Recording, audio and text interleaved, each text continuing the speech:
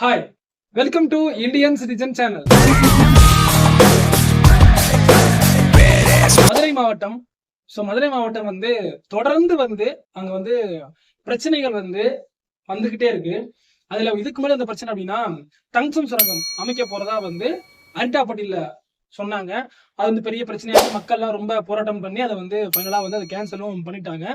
So அதுக்கு நிறைய பேர் ரொம்ப ஐ மீன் அவங்களோட பேரை வந்து சப்டைட்டில் போட்டுட்டாங்க.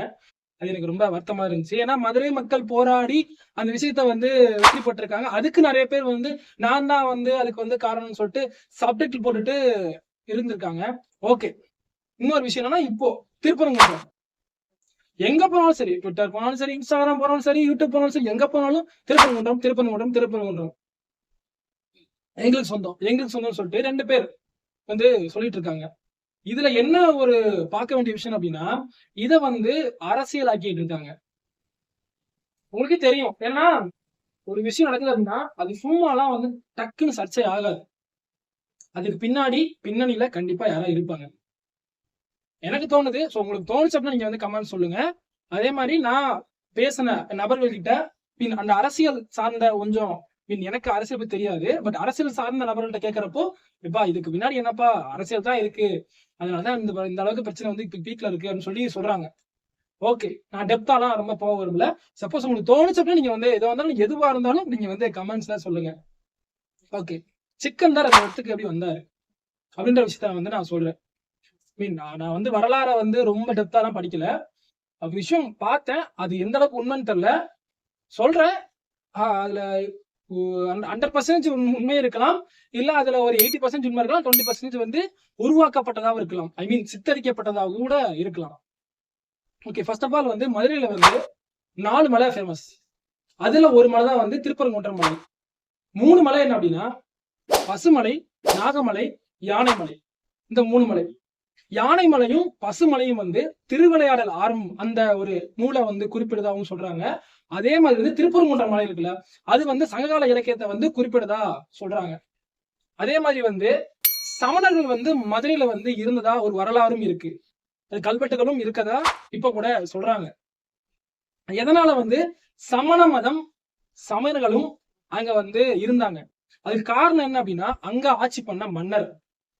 மதுரையில வந்து 2 பேர் வந்து ஆட்சி பண்ணிருக்காங்க. அதாவது மேதரா சொல்லும்போது பாண்டிய மன்னன், இன்னொன்னு வந்து கூன் பாண்டியன் சொல்லிட்டு 2 பேர் வந்து ஆட்சி பண்ணிருக்காங்க. இந்த கூன் பாண்டியன் ஆட்சி காலத்துல தான் சமண மதம் வந்து அதிகமா வந்து ஸ்ப்ரெட் ஆயிருக்கு. சோ அப்போ என்ன அப்படின்னா இவர் வந்து சமண மதத்தை வந்து ஃபாலோ பண்ணியிருக்காரு. அப்போ ஃபாலோ பண்ணிட்டு இருக்கிறப்போ சமணர்களால உருவாக்கப்பட்டதுதான் இந்த நாலடியார்னு சொல்லிட்டு ஒரு வரலாறும் இருக்கு. கொஞ்ச நாளடைவுல இந்த கூன் பாண்டியன் வந்து சமண மதத்திலிருந்து சைவ சமயத்துக்கு வந்து மாறுறாரு. அப்போ மாறுறப்போ சமண மதத்தை பின்பற்றிட்டு இருந்த புலவர்கள் முனிவர்களை வந்து கழிவேற்றாரு. கழிவேற்றார் அப்படின்றது நம்ம ஸ்லாங்ல சொல்ல போனா தூக்கிலப்பட்டவர்னு சொல்லிட்டு அர்த்தம். ஓகேவா? அப்போ சமணர்கள் இவராலதான் வந்து வந்ததா ஒரு வரலாறு இருக்கு. ஓகே, சிக்கந்தர் எப்ப மதுரைக்கு படையெடுத்து வந்தாரு, அதுக்கு முன்னாடி யார் யாரெல்லாம் வந்தாங்க?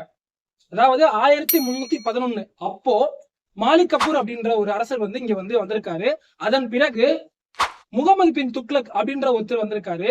அப்பதான் வந்து விஜயநகர பேரரசும் நாயக்கரும் வந்து அவங்க கூட வந்து ஃபைட் பண்ணியிருக்காங்க. அப்போ ஒரு விஷயம் நடந்திருக்கு. என்ன அப்படின்னா விஜயநகர பேரரசு அங்க வாழ்ந்த அதாவது மதுரையில வாழ்ந்து கொண்டிருந்த முஸ்லிம்ஸை வந்து இங்க அனுப்பிட்டு நம்மளுடைய ஹிந்துத்துவத்தை அங்க வந்து ரொம்ப பரப்பணும்னு சொல்லிட்டு ஒரு விஷயம் வந்து பண்ணியிருக்கதா வரலாறு சொல்லுது. அது உண்மையா அப்படின்னு தெரியல. ஓகே, கடைசியா தான் வந்திருக்காரு சிக்கந்தர். சோ சிக்கந்தருக்கும் நாயக்கருக்கும் போர் நடக்குது. அப்போ சிக்கந்தர் தப்பித்து அதாவது போர் நடந்துக்கிறப்போ தப்பி ஓடி அந்த மலையில வந்து கொலை செய்யப்பட்டாரு.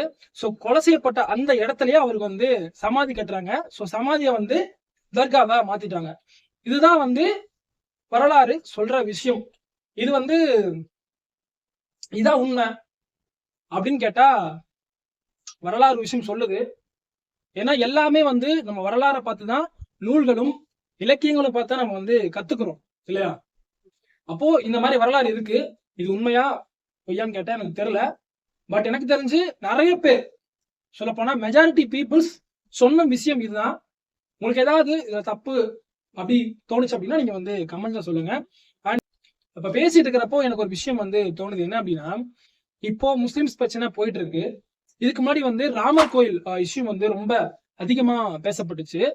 என்ன அப்படின்னா, அப்போ அந்த பிரச்சனை போயிட்டு இருக்கிறப்போ சில பேர் பொதுவான நபர் இருப்பாங்களா, அவங்க வந்து சொன்ன விஷயம் அப்படின்னா, ஏங்க அந்த இடத்துல வந்து ராமர் கோயில் இருந்திருக்குங்க.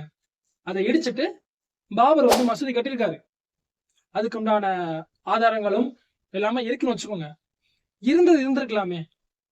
இப்ப இந்தியால வந்து ஒரே மதம் வந்து கிடையாது. இந்தியால வந்து ஹிந்துஸ், முஸ்லிம்ஸ், கிறிஸ்டின்ஸ் 3 பேருமே இருக்காங்க.